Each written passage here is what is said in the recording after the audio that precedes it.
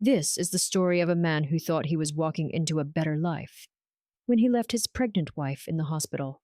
What he didn't know was that the woman he was running to wasn't just a beautiful stranger. She was his wife's identical twin sister, raised by the Mafia, and she had been planning his destruction for 6 months. By the time he discovered the truth, it was already too late. His business was crumbling, his reputation was destroyed, and the woman he thought loved him was holding a gun with his name on the bullet.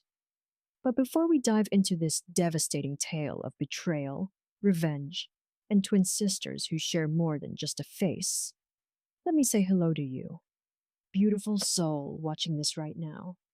Where are you watching from? Drop your city or country in the comments below because I love knowing where my Stella's Love Tales family is tuning in from across the world. And hey, how are you doing today? I genuinely want to know. If you're new here, welcome to the channel where we explore the most intense, emotional, and jaw-dropping love stories you've ever heard. If you haven't subscribed yet, do me a huge favor and hit that subscribe button right now. Trust me, you don't want to miss what happens next in this story, because it's going to shatter you in the best way possible. Now let's get into it. Adrian Cole's phone buzzed for the 7th time in 12 minutes, and he stared at the screen where the words Mercy General Hospital glowed like an accusation across the candlelit table at Russo's, the most exclusive restaurant in Manhattan. Serena Corleone watched him with those dark, predatory eyes that had completely dismantled his marriage over the past 6 months. She didn't say a word. She didn't need to. The slight arch of her perfectly sculpted eyebrow and the way her crimson lips curved into something that wasn't quite a smile, but promised everything. It all said the same thing. Choose. It's Lila, Adrian said, and his voice cracked despite himself. She's in labor. Early labor. The triplets. They said it's too early. There could be complications. I know who it is. Serena's voice was pure silk, wrapped around a razor blade as she reached across the table, her fingers cool and deliberate, tracing the back of his trembling hand with devastating slowness. Each touch felt like a brand. The question isn't who's calling Adrian. The question is what you're going to do about it. Adrian's mouth went desert dry, and through the floor to ceiling windows, the Manhattan skyline glittered like scattered diamonds on black velvet. Somewhere across the city, maybe 15 minutes away if he ran to his car. Right now, his wife was bringing their children into the world. 3 children. Triplets. The pregnancy had been classified as high risk from week 12, and the doctors had used words like preeclampsia and premature birth and potential complications so many times they had become a soundtrack to the last 7 months. And now she was in early labor at 32 weeks. Which meant the babies were in danger, which meant Lila was in danger, which meant he should be sprinting out of this restaurant and driving like a madman to be by her side. But here in this moment, with Serena's touch burning through his skin, like a controlled fire, all of that felt like it belonged to someone else's life. Some other Adrian Cole, who still believed in vows and responsibility, and the man he had promised to be when he slipped that ring onto Lila's finger 4 years ago. She has doctors, Adrian heard himself say, and the words felt like they were coming from underwater. A whole team. She'll be fine. She doesn't need me there. The lie tasted like battery acid, but Serena's smile, God, that smile that had haunted his dreams for 6 months, made everything else disappear like smoke. That's my Adrian, she murmured, rising from her chair with the lethal grace of a panther. She moved around the table, her black dress clinging to every curve, and leaned down until her lips brushed his ear. Her perfume, something dark and expensive, wrapped around him like a drug. The man who knows what he really wants. The man who isn't afraid to reach out and take it. Consequences be damned. Adrian's phone buzzed again. The 8th time. He pressed the power button without looking, silencing it completely. The screen went black, and with it the last thread connecting him to the hospital room where his wife was fighting to bring their children safely into the world. What Adrian didn't see What he couldn't have possibly known in that moment was the way Serena's eyes flickered toward the restaurant window behind him, the way her reflection in the dark glass revealed something cold and calculating and utterly merciless beneath that seductive smile. The way her free hand hidden beneath the table where he couldn't see, clenched into a fist so tight. Her perfectly manicured nails drew crescents of blood from her palm. Because this wasn't love. This wasn't even attraction. This was revenge. 23 years in the making, and Adrian Cole had just made the choice that would destroy everything he had ever built. Serena Corleone had been born Serena Mancini exactly 4 minutes and 17 seconds after her identical twin sister Lila in a hospital fire that separated them forever. She had been taken by Dante Moretti, the Mafia Don, who raised her as a weapon while Lila grew up safe and loved and normal. And when Serena discovered 5 years ago that her twin sister existed, she hadn't felt joy or longing for reunion. She had felt pure, crystallized rage. Because while Lila had family dinners and college and a wedding, Serena had been learning how to kill without hesitation. So when the assignment came 6 months ago to get close to Adrian Cole, she had seen her opportunity for justice. She would make him fall in love with a ghost. She would make him abandon the sister who had stolen the life that should have been hers.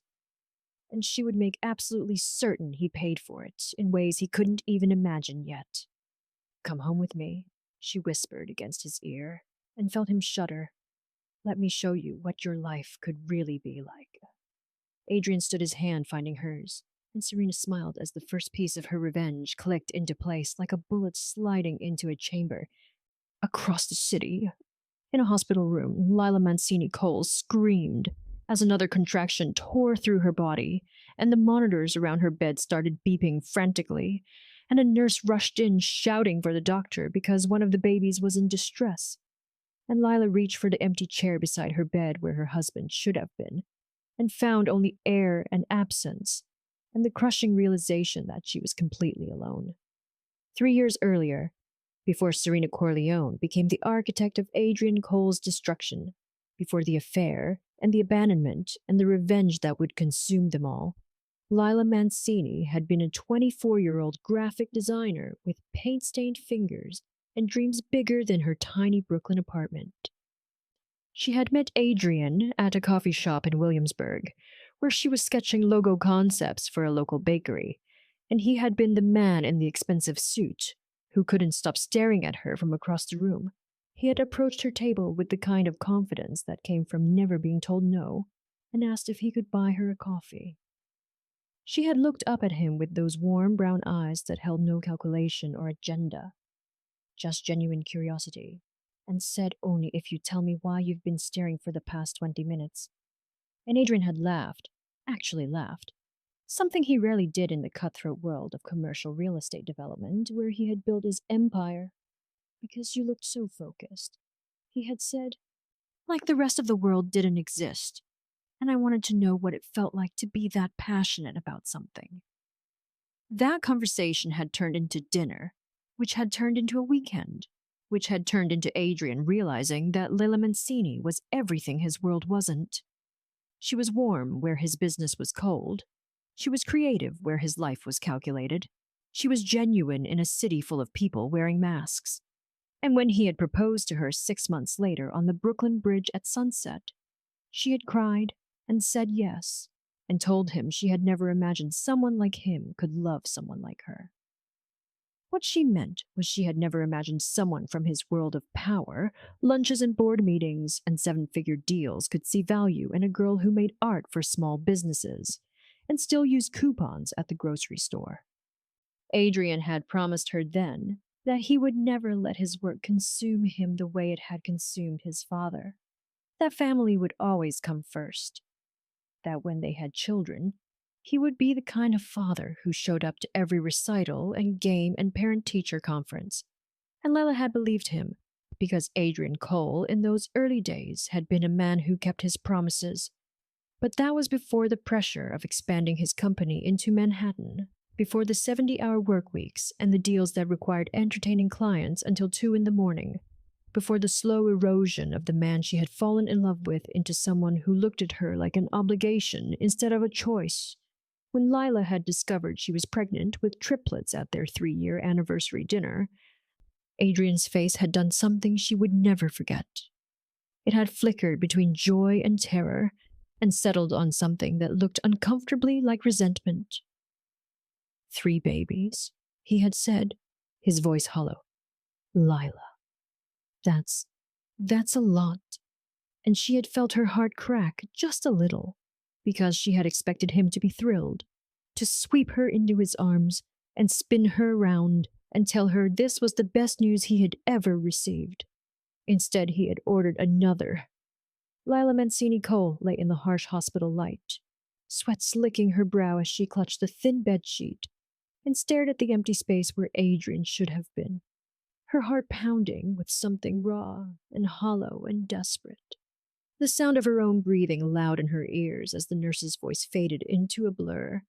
And in that moment, with pain radiating through her body and terror for her unborn children clawing at her chest, she realized that she had never truly been seen, not by Adrian, not by anyone, except maybe her own reflection, the one that sometimes looked back with eyes too old for her to face in the mirror.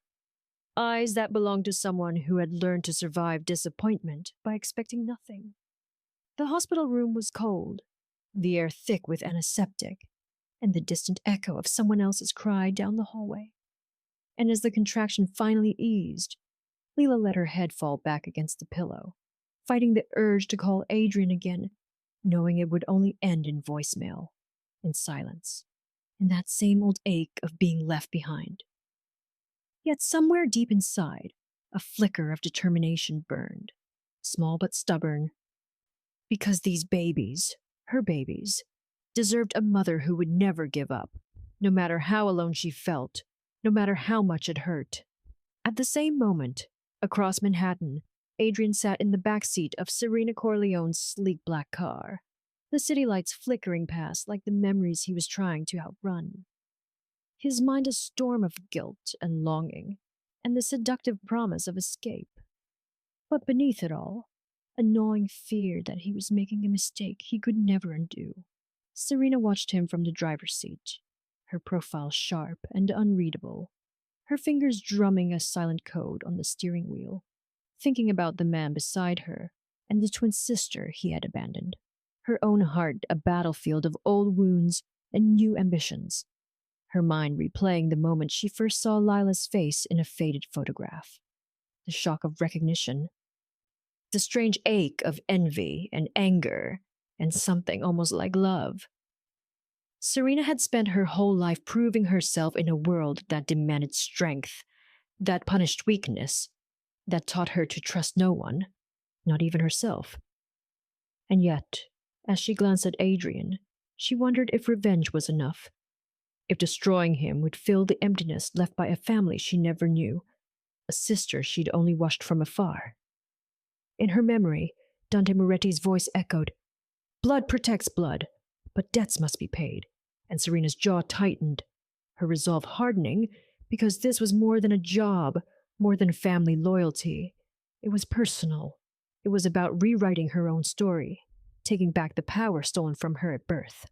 Back at the hospital, Lila's best friend Evelyn Romanov arrived breathless, her coat half-buttoned, a bouquet of cheap flowers clutched in one hand, her eyes wide with worry and fierce protectiveness as she rushed to Lila's side, brushing damp hair from her forehead and whispering that she was not alone, not tonight, not ever. And in that moment, Lila felt a surge of gratitude so fierce, it brought tears to her eyes. The kind of gratitude that made her believe, just for a second, that maybe she could do this. Maybe she could be enough for her children. Evelyn was everything Lila wasn't. Bold, brash, unafraid to speak her mind, fiercely loyal to the people she loved. And as she cracked a joke about hospital food and threatened to hunt down Adrian herself, Lila managed a weak smile, the first real one in days, feeling the weight in her chest lighten just a little. Meanwhile, Serena pulled the car into the underground garage of her penthouse. the hum of the engine echoing off concrete, and turned to Adrian, her eyes searching his face for something: regret, desire, maybe even guilt. And for a moment, the mask slipped, and he saw a flicker of vulnerability, quickly hidden behind a practiced smile. She led him upstairs, her hand cool in his, and as the elevator doors closed, Adrian was struck by the sense that he was crossing a threshold, leaving behind the man he used to be, and stepping into a future as uncertain as it was intoxicating. Upstairs, Serena poured them both a drink, her movements precise and elegant, and as she handed him the glass, their fingers brushed, and a current passed between them, electric and dangerous, the kind of spark that could ignite a wildfire or burn everything to ash.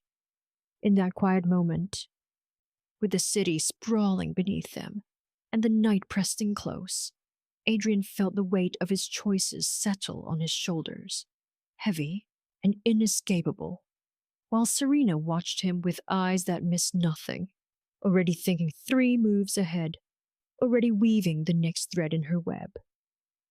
And far away, in the hospital, Leela closed her eyes and promised her unborn children that she would never let them feel abandoned, that she would fight for them with everything she had, even if it meant learning to fight for herself. If you've ever felt invisible, if you've ever had to pick up the pieces when someone you loved walked away, tell me in the comments below. Because your story matters here. You matter here. And don't forget to subscribe for the next chapter of Stella's Love Tales, where power meets passion and no heartache is ever the end. The call came at 3:17 in the morning, shattering the silence of Serena's penthouse like a gunshot through glass, and Adrian jolted awake on the leather couch, where he'd fallen asleep still dressed, his shirt wrinkled and his mouth tasting like regret and expensive whiskey, the phone vibrating against the coffee table with an urgency that made his stomach drop before he even saw the screen. Mercy General Hospital flashed in the darkness, and his hands trembled as he answered. A doctor's voice calm, but edged with something urgent, telling him that his wife had given birth to 3 premature babies, 2 boys and a girl, all in the NICU fighting for their lives, and that Lila was asking for him, had been asking for him for hours, her voice breaking with his name even as the medical team worked to stabilize her blood pressure. Adrian's world tilted sideways, the room spinning as guilt crashed over him like a tidal wave. Because while his children were being born too early and too fragile, while Lila was hemorrhaging and crying out for him, he had been here in another woman's apartment, choosing his own selfish desires over everything that mattered. He stood abruptly, nearly knocking over the empty glass on the table, and turned to find Serena standing in the doorway of her bedroom, backlit by the soft glow from within, wearing a silk robe that fell to mid-thigh, her expression unreadable as she watched him with those dark, calculating eyes.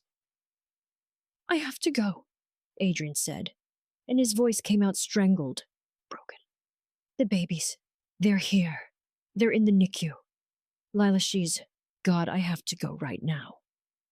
Serena moved toward him with that predatory grace, her bare feet silent on the hardwood floor, and for a moment Adrian thought she might try to stop him, might use that intoxicating pull she had over him to keep him there. But instead she reached up and straightened his collar with a tenderness that felt almost genuine, almost real. "Of course you do," she murmured, her fingers lingering against his chest.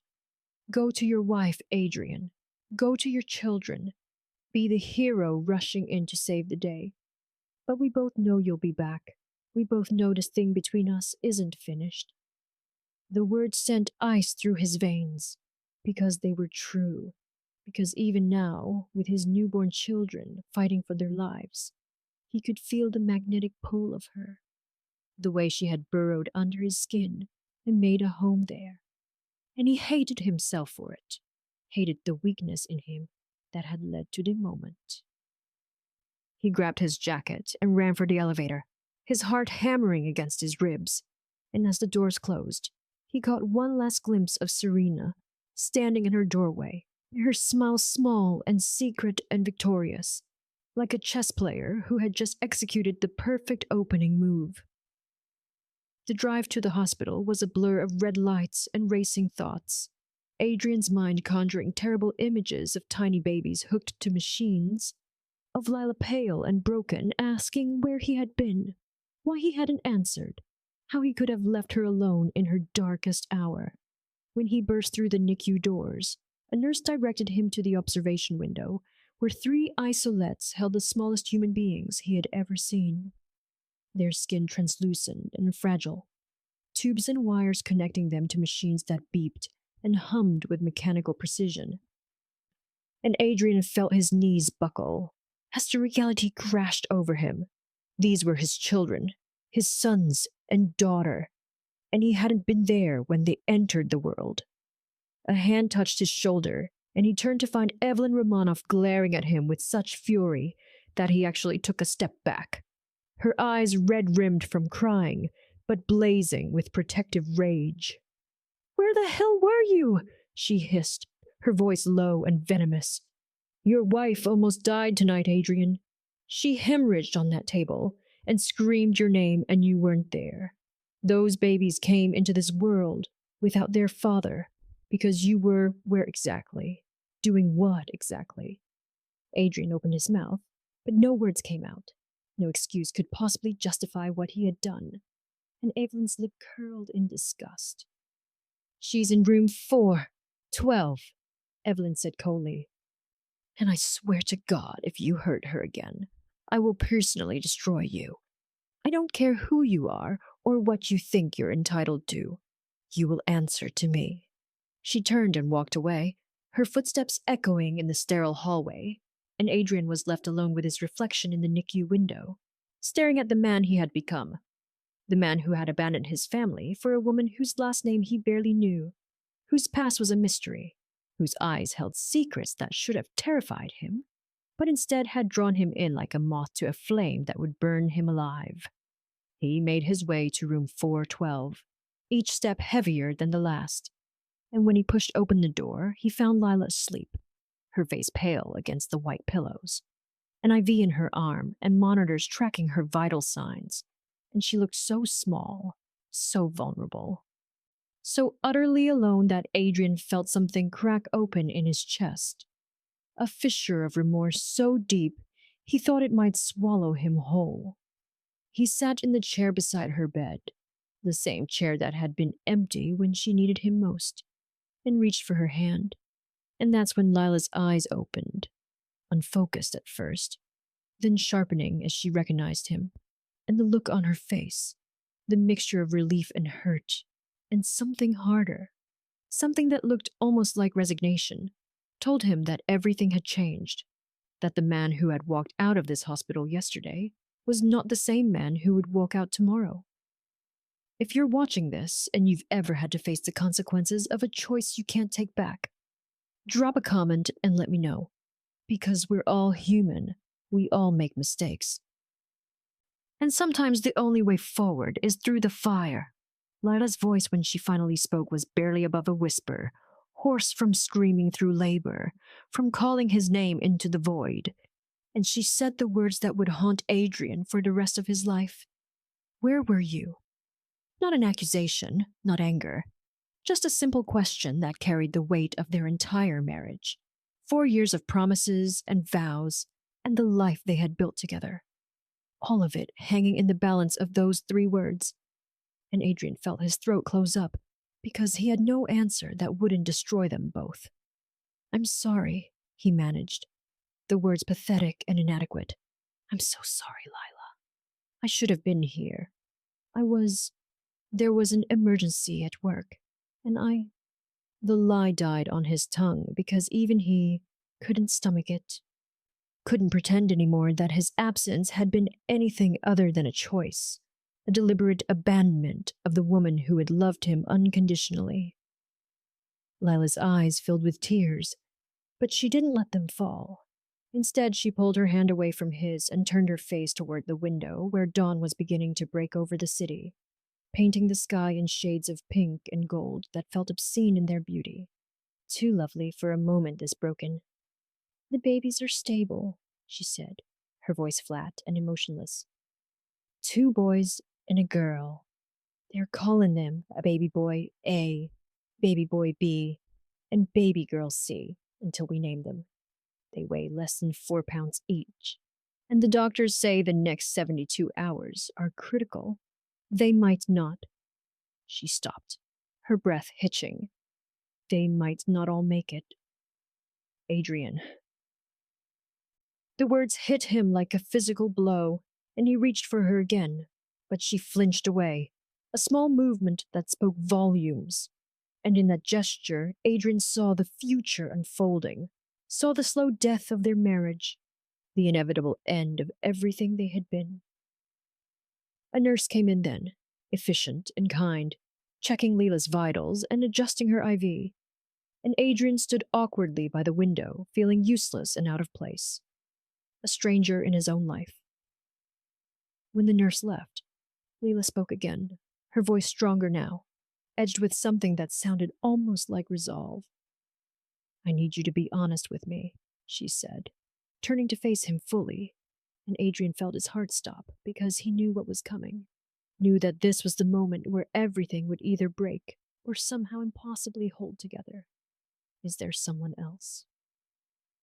The question hung in the air between them, sharp and unavoidable, and Adrian's mind raced through 1,000 possible responses, denials and deflections, and half-truths that might buy him time. But when he looked into Lila's eyes, those eyes that had always seen him more clearly than he saw himself, he found he couldn't lie. Not about this. Not anymore. Yes, he said, and the word felt like pulling a pin from a grenade. There's someone. It doesn't mean anything. It was a mistake. I never meant for it to happen. Lila nodded slowly, like she had been expecting this, like some part of her had known all along, and a single tear finally escaped, rolling down her cheek and disappearing into the hospital pillow. Get out, she said quietly. Get out of this room, Adrian. I can't look at you right now. I can't breathe with you here. Adrian stood frozen, wanting to argue, to beg for forgiveness, to somehow undo the last 6 months and be the man she deserved. But Lila's expression was stone, impenetrable, and he knew that staying would only make it worse. He walked to the door, his legs heavy as lead, and paused with his hand on the handle. Leela, he started, but she cut him off. Our children are fighting for their lives in the NICU, she said, her voice breaking now, the emotion finally cracking through. And you are with another woman. You chose her over us, over me, over them, and I will never forgive you for that, Adrian. Never. But I need you to be their father. I need you to show up for them, even if you can't show up for me. Can you do that? Can you at least give them that much? Adrian nodded, unable to speak past the lump in his throat, and left the room. The door closing behind him with a soft click that sounded like the end of everything. In the hallway, he leaned against the wall and let his head fall back, closing his eyes against the fluorescent lights. And that's when his phone buzzed, a text from Serena that read simply, Thinking about you. Hope everything is okay with your family. Call me when you can.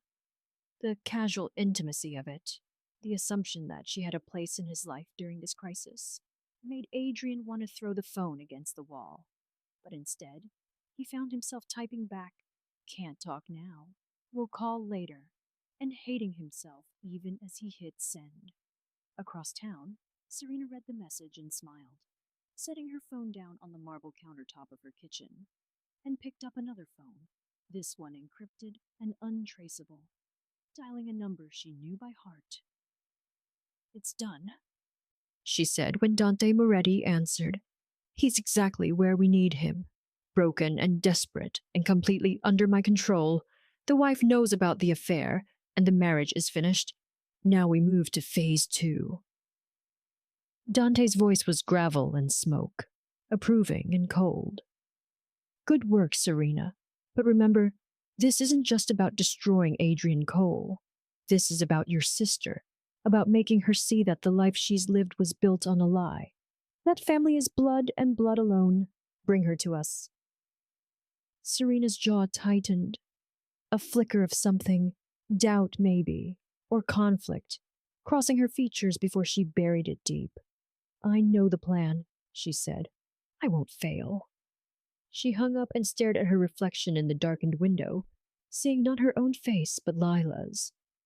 Identical in every way except for the scars that couldn't be seen. The ones that marked Serena as different, as other, as the twin who had been forged in fire while Lila had been kept safe in cotton wool. And for just a moment, Serena wondered if revenge would taste as sweet as she had always imagined, or if it would turn to ash in her mouth. Before you go, tell me in the comments if you think Lila should forgive Adrian, or if some betrayals are unforgivable, because this story is about to get so much darker, and I need to know you're ready for what comes next. 3 days passed in a blur of beeping machines and hushed conversations with neonatologists, who spoke in percentages and probabilities, their words clinical and detached, as they explained oxygen saturation levels and brain bleeds, and the fragile dance between life and death that premature infants performed every second of every day. And through it all, Lila sat in the NICU rocking chair, her body still healing from the trauma of birth, watching her 3 tiny warriors fight battles they were too small to understand. Adrian came and went like a ghost, appearing at visiting hours with coffee she didn't drink and apologies she didn't acknowledge. His presence a constant reminder of everything that had shattered, and each time he left, Lila felt a strange mixture of relief and abandonment, as if even his inadequate attempts at being there were better than the alternative of facing this nightmare completely alone. On the 4th morning, Evelyn arrived with a manila envelope, her expression grim and determined, and she pulled Lila into the family waiting room, away from the nurses and the other exhausted parents, and said the words that would change everything. I hired a private investigator. I know you told me not to, but I couldn't just sit here and watch you suffer without knowing the truth. And Lila, you need to see this. Inside the envelope were photographs, dozens of them, time-stamped and damning. Adrian entering a luxury penthouse building, Adrian in the back of a sleek black car with a woman whose face was partially obscured, Adrian at an exclusive restaurant leaning across the table with an intimacy that made Lila's stomach turn. And then the final photo, the one that made her blood run cold, a clear shot of the woman, and Lila found herself staring at a face that could have been her own reflection. Identical bone structure, same dark hair, same full lips, a mirror image except for the eyes. This woman's eyes were harder, colder, calculating in a way that Lila's had never been. Who is she? Lila whispered, her hands trembling as she held the photograph, and Evelyn's voice was tight with barely controlled fury. Her name is Serena Corleone. She's connected to the Moretti crime family. Lila, this isn't just an affair. This is something else. Something planned. And I think you need to consider that Adrian might not be the only target here. The words didn't make sense at first. Crime family, planned, target. They swirled in Lila's mind like debris in a storm. But then she looked at the photograph again, really looked at it, and saw what Evelyn had seen. The resemblance wasn't coincidental. It couldn't be. And a memory surfaced from childhood. Her mother's face pale and frightened. A conversation overheard through a bedroom door. Something about adoption and sealed records and a past that needed to stay buried. Lila's world tilted sideways, the waiting room walls closing in as the implications crashed over her, and she gripped the edge of the table to steady herself, her mind racing through possibilities, each more terrifying than the last. Could this woman be related to her? Could she be the twin her mother had once mentioned in a moment of weakness, before shutting down and never speaking of it again? And if so, why now? Why Adrian? Why destroy her life with such calculated precision? Evelyn was talking. Something about getting security, about going to the police. But Lila barely heard her because a nurse had appeared in the doorway, her expression urgent. Mrs. Cole, you need to come now. It's baby girl C. Her oxygen levels are dropping, and we need to intubate. We need your consent. Lila ran, the photograph scattering from her hands and floating to the floor like evidence of a crime scene. And she burst into the NICU to find doctors surrounding the smallest isolette, their movements quick and practiced. And through the crowd she could see her daughter, her precious girl, turning blue, the monitors screaming their alarm, and Lila heard herself saying yes. Do it. Do whatever you need to do. Save her. Please, God, save her. The next hour was the longest of Lila's life, standing outside the NICU while they worked, her body shaking with adrenaline and terror. And when they finally let her back in, when she saw the tube down her daughter's throat and the sedation keeping her still, Lila felt something inside her break, and then immediately harden, crystallize into something sharp and unbreakable. Because she realized in that moment that she couldn't afford to be weak anymore, couldn't afford to be the woman who waited for others to save her. Her children needed a mother who would fight, who would burn down the world if necessary to keep them safe. She pulled out her phone and scrolled to Adrian's number, her finger hovering over the call button. But instead she opened a new message and typed with steady hands. I know about Serena Corleone. I know she looks like me. I know this wasn't random. You have 24 hours to tell me everything, or I'm going to the police and the press and anyone else who will listen. Your choice, Adrian. The truth or the consequences. She hit send and felt a surge of power, cold and clarifying. And when her phone immediately started ringing with Adrian's number, she declined the call and turned it off. Because she was done being reactive, done letting other people control the narrative of her life. From now on, she would be the one asking questions, the one demanding answers, the one who decided how this story ended. Across the city, Serena's phone buzzed with an alert from the monitoring software she had installed on Adrian's devices, and she read Lila's message with a slow smile spreading across her face, because this was exactly what she had been waiting for. The moment when her sister finally showed some spine, finally proved she was worth the effort of bringing into the family. And Serena picked up her encrypted phone and dialed Dante, her voice steady and satisfied. She knows. She's figured it out. It's time to make contact. And Dante's response was immediate and approving. Bring her in. Serena, it's time your sister learned where she really comes from. And remember, family is everything, even when it's built on blood and lies. If you're still watching, drop a comment and tell me if Lila should trust Serena or run as far as she can. Because what happens next will determine whether this family reunion ends in redemption or total destruction. Adrian showed up at the hospital exactly 23 hours and 47 minutes after Layla's ultimatum, his face haggard and unshaven, his eyes bloodshot from what looked like days without sleep.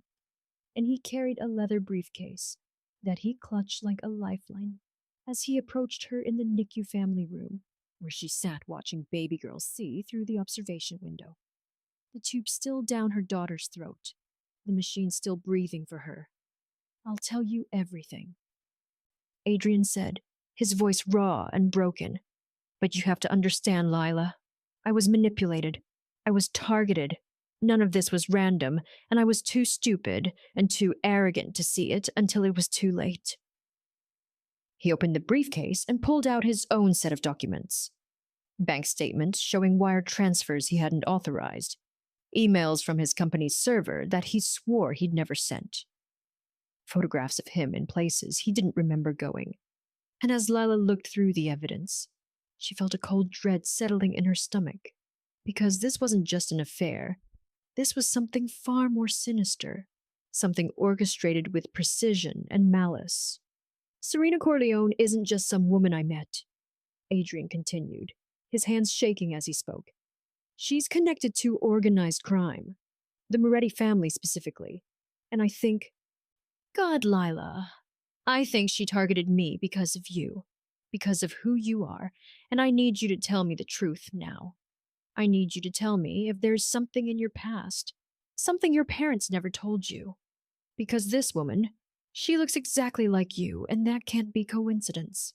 Lila's throat tightened, the childhood memories surfacing again with brutal clarity. Her mother's pale face, the hushed conversation about sealed adoption records, the way her parents had always deflected questions about her birth, about why there were no baby photos before 6 months old, about the faint scar on her mother's abdomen that didn't match the story of a natural birth. Before she could answer, before she could voice the terrifying possibility that had been growing in her mind, her phone rang, an unknown number. And something told her to answer it. Some instinct that this was the moment everything would finally make sense or fall completely apart. She pressed accept and lifted the phone to her ear, and the voice that came through was her own voice. Identical in pitch and cadence, but colder, harder, edged with an amusement that made Lila's skin crawl. "Hello, sister," Serena said, and the word hit Lila like a physical blow. "I think it's time we met face to face. Don't you? Time you learned the truth about where you come from, about the family that's been looking for you for 28 years, about the legacy that was stolen from you the night our mother died, giving birth to us." Lila's vision blurred, the room spinning as the implications crashed over her. Twin, sister, mother died, stolen legacy. The words rearranging everything she thought she knew about herself, about her life, about the people who had raised her. "Where?" Lila managed to whisper. "Where do you want to meet?" And Serena's laugh was soft and triumphant. "There's a car waiting outside the hospital. Black Mercedes, tinted windows. Get in and come alone. Leave Adrian behind. This is between blood, between sisters, between the girl who was raised in safety and the girl who was raised in the family business. And it's time you understood the difference." The line went dead, and Lila sat frozen, her mind racing. And Adrian was talking, saying no, saying it's a trap, saying she can't possibly go. But Lila barely heard him, because she was thinking about her children in the NICU, about the danger that had somehow found them, about the fact that running and hiding hadn't protected her, that ignorance hadn't kept her safe, and maybe the only way forward was through the fire, through the truth, no matter how much it burned. She stood abruptly, her decision made, and looked at Adrian with eyes that had gone cold and clear. "You stay here with the babies," she said. "You don't leave this hospital. You don't take your eyes off them. And if anything happens to me, if I don't come back, you make sure they know their mother fought for them. You make sure they know I loved them more than anything." Adrian grabbed her arm, desperation making him rough. "Lila, please. You can't trust her. She's dangerous. She's been playing us both." And Lila pulled free with a strength she didn't know she possessed. "I know exactly what she is," Lila said quietly. "She's my sister. She's my blood. And maybe that makes her the most dangerous person in my life. Or maybe it makes her the only person who can give me answers. Either way, I'm done being afraid. I'm done being the victim in my own story."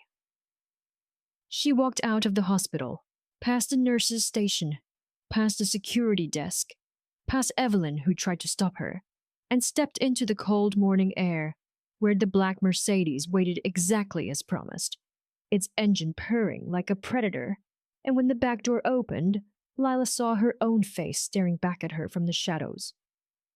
Serena's smile sharp and knowing, her eyes assessing Lila like a jeweler examining a diamond to determine its worth. "Get in," Serena said, and Lila climbed into the car, the door closing behind her with a finality that felt like crossing a threshold from one life into another. And as the Mercedes pulled away from the hospital, as the city blurred past the tinted windows, Serena turned to her sister and said the words that would shatter everything. "Our father is Dante Moretti, head of the most powerful crime family on the East Coast. And he's been searching for you since the night you were stolen from your crib, since the night the woman you call mother kidnapped you and disappeared. And now that he's found you, Now that you're finally home, he's never letting you go. So tell me in the comments if you think Lila should embrace her Mafia heritage or fight to stay the person she's always been, because this choice will determine not just her fate, but the fate of everyone she loves. And trust me when I say the Moretti family doesn't take no for an answer. The Mercedes drove for 40 minutes through increasingly unfamiliar streets, leaving behind the sanitized suburbs Lila had always known, and entering a part of the city where old money lived behind iron gates and security cameras, where mansions sat back from tree-lined avenues like sleeping giants. And finally they pulled through gates that opened automatically, up a circular driveway to a house that looked more like a fortress, all stone and dark windows and an air of impenetrable power. Serena led her inside without a word, through a marble foyer where their footsteps echoed like gunshots, past rooms filled with priceless art and furniture that screamed old-world wealth, and finally into a study where a man sat behind a massive desk, his silver hair swept back from a face that was all sharp angles and cold authority. And when he looked up at Lila, his eyes, the same dark eyes she saw in the mirror every morning, filled with something that might have been emotion, if men like him allowed themselves such weakness. "Liliana," he said, and the name sounded foreign and familiar all at once. "My daughter, my lost daughter. You have no idea how long I've searched, how many years I've spent looking for you, how many people I've destroyed trying to find the woman who stole you from me." Lila stood frozen, her body rigid with tension, and she forced herself to speak, her voice steadier than she felt. "My name is Lila, and the woman who raised me didn't steal me. She saved me. She gave me a life that didn't involve." She gestured around the room. "Whatever this is, whatever you are." Dante Moretti stood slowly, his movements deliberate and controlled, and walked around the desk to stand before her, studying her face with an intensity that made Lila want to step back. But she held her ground, refused to show fear even as her heart hammered against her ribs. "You think she saved you," Dante said, his voice soft and dangerous. "You think growing up in ignorance, in poverty, in a life so small you couldn't even imagine what you were meant to be. You think that was salvation. Let me tell you what really happened, Liliana. Let me tell you about the night you and your sister were born, about how your mother, my wife, died bringing you into this world, about how in the chaos of her death, in those few minutes when everyone was focused on saving her, a nurse, a woman I had trusted, a woman I had paid well, took you from the nursery and disappeared, sold you to the highest bidder, to a couple who couldn't have children of their own and didn't care where their baby came from, as long as the paperwork looked legitimate."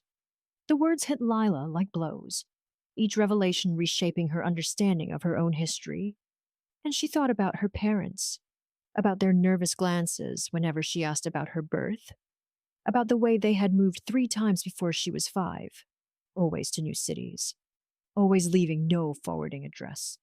And suddenly their paranoia made terrible sense. Serena spoke from where she leaned against the wall, her voice carrying a bitterness that Lila was beginning to understand. "I grew up here, in this house, with this man, learning the family business, learning how to be ruthless, how to survive, how to use people before they could use me. While you got bedtime stories and birthday parties and a mother who tucked you in at night. Do you have any idea what that knowledge does to a person? Knowing your twin got the fairy tale while you got the nightmare." Lila turned to face her sister, really looked at her for the first time, and saw past the cold exterior to the pain underneath. The rage of a child who had been left behind, who had grown up in a world of violence and manipulation while her sister lived in blissful ignorance. And for a moment, Lila felt something that might have been sympathy, might have been understanding, before Dante's voice cut through the moment like a blade. "I didn't bring you here for a reunion," he said, his tone businesslike now. "I brought you here because you're a Moretti, because that blood in your veins comes with obligations, with responsibilities, with a legacy that you can't escape no matter how far you run. Your husband's company has been useful, his contracts, his excess. But that's just the beginning. What I need from you is something far more valuable. I need you to understand who you really are. I need you to see that the life you've been living was a lie, a comfortable prison, and I'm offering you freedom, real power, a place in this family where you belong. Lula's mind raced, processing everything. The manipulation, the long game Dante had been playing, the way Serena had been used as a weapon against her. And she realized this wasn't just about business or revenge. This was about control, about a father who couldn't accept that he'd lost something and would burn the world down to get it back. "What do you want from me?" Lila asked, her voice cold and clear. "What exactly are you asking me to do?" And Dante's smile was triumphant, as if her question itself was a victory. "I want you to come home," he said. "I want you to learn the family business. I want you to take your rightful place beside your sister, and in return, I'll protect your children. I'll make sure they want for nothing. I'll give them the life you should have had, the life that was stolen from you."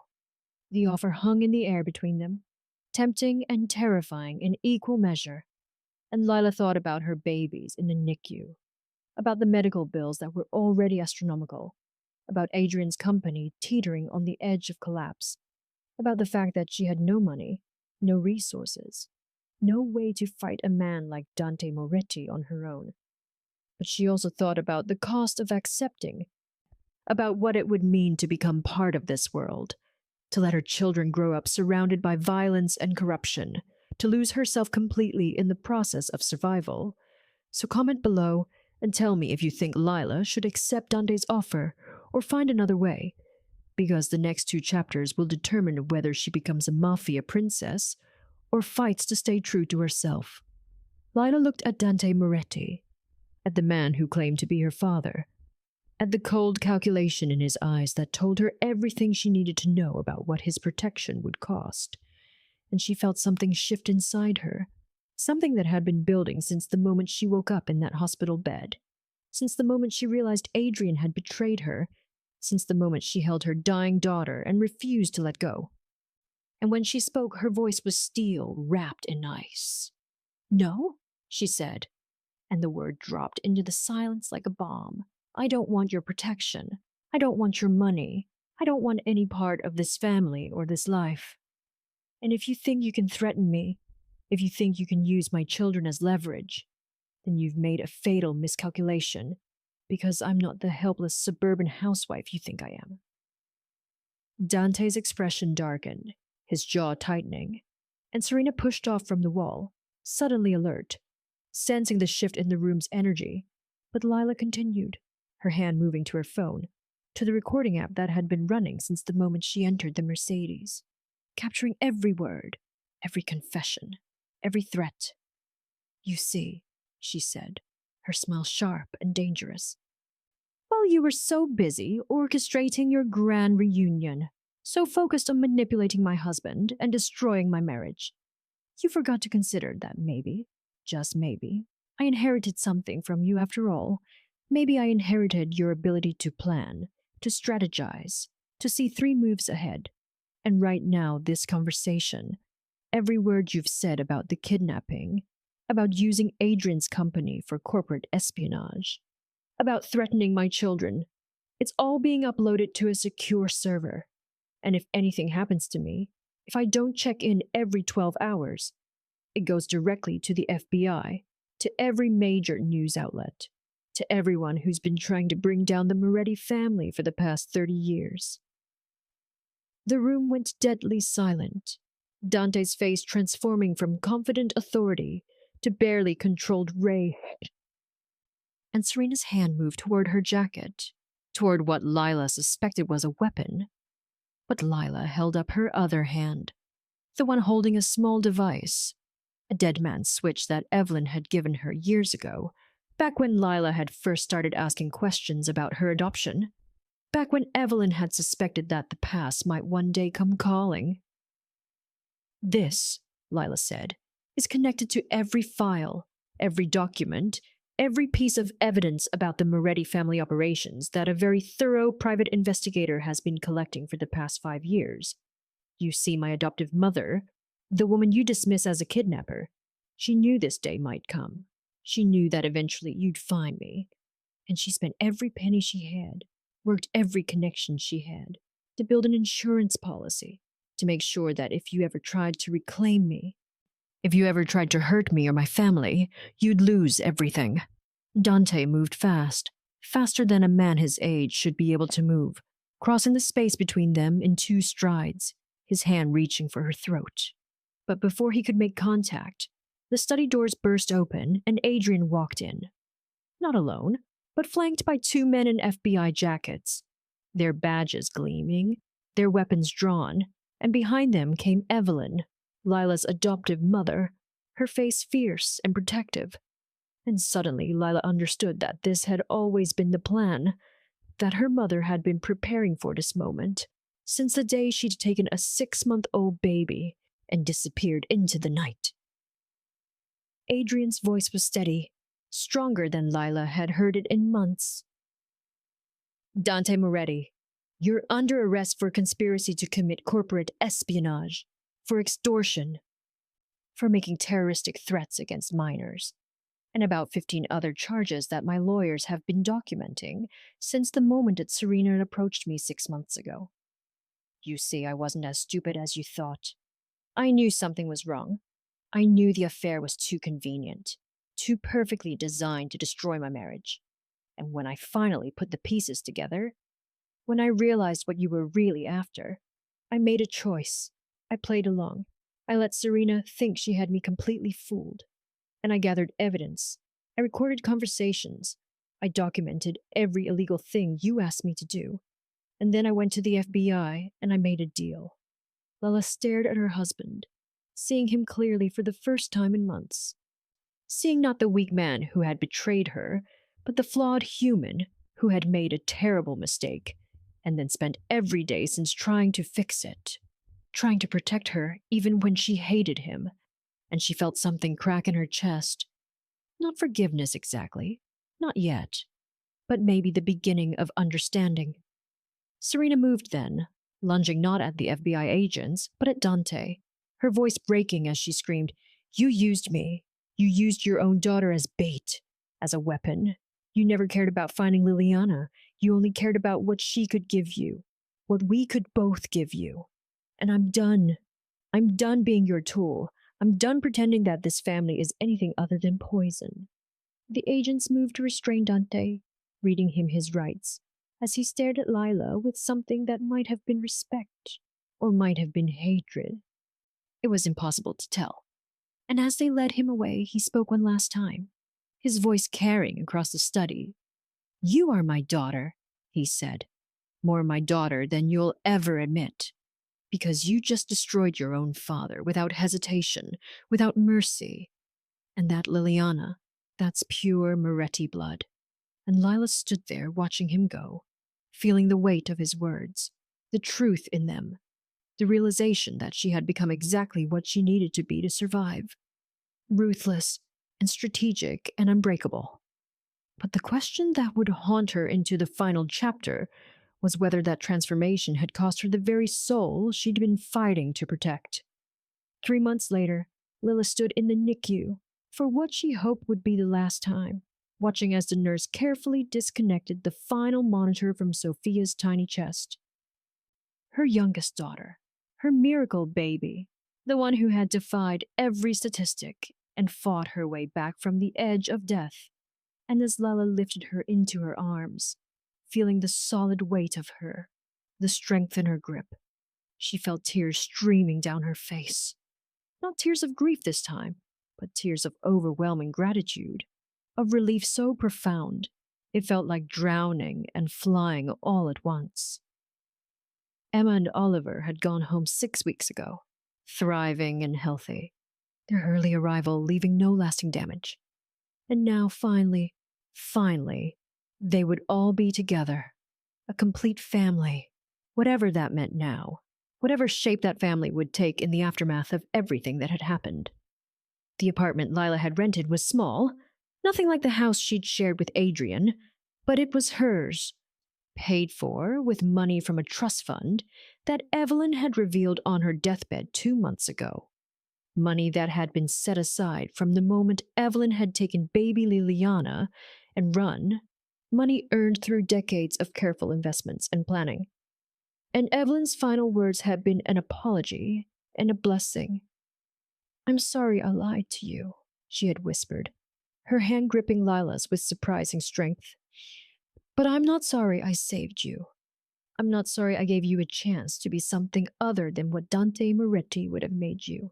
And I hope you can forgive me for loving you enough to steal you." Lila had forgiven her, had held her adoptive mother as she took her last breath, had mourned her with a grief that was complicated and deep and real, because whatever else Evelyn had been, whatever crimes she had committed, she had been a mother in every way that mattered. And that was worth something. That was worth everything. Adrian came by 3 times a week, always calling first, always respectful of boundaries, bringing diapers and formula and toys for the babies, sitting on the floor of the small living room and playing with Emma and Oliver while Lila watched from the kitchen. And slowly, painfully, they were learning how to be in the same room without the weight of betrayal crushing them both. He had testified against Dante, had provided evidence that had sealed the case, and in return, the FBI had granted him immunity, had allowed him to keep his company though his reputation was destroyed, though he would spend years rebuilding trust in the business community.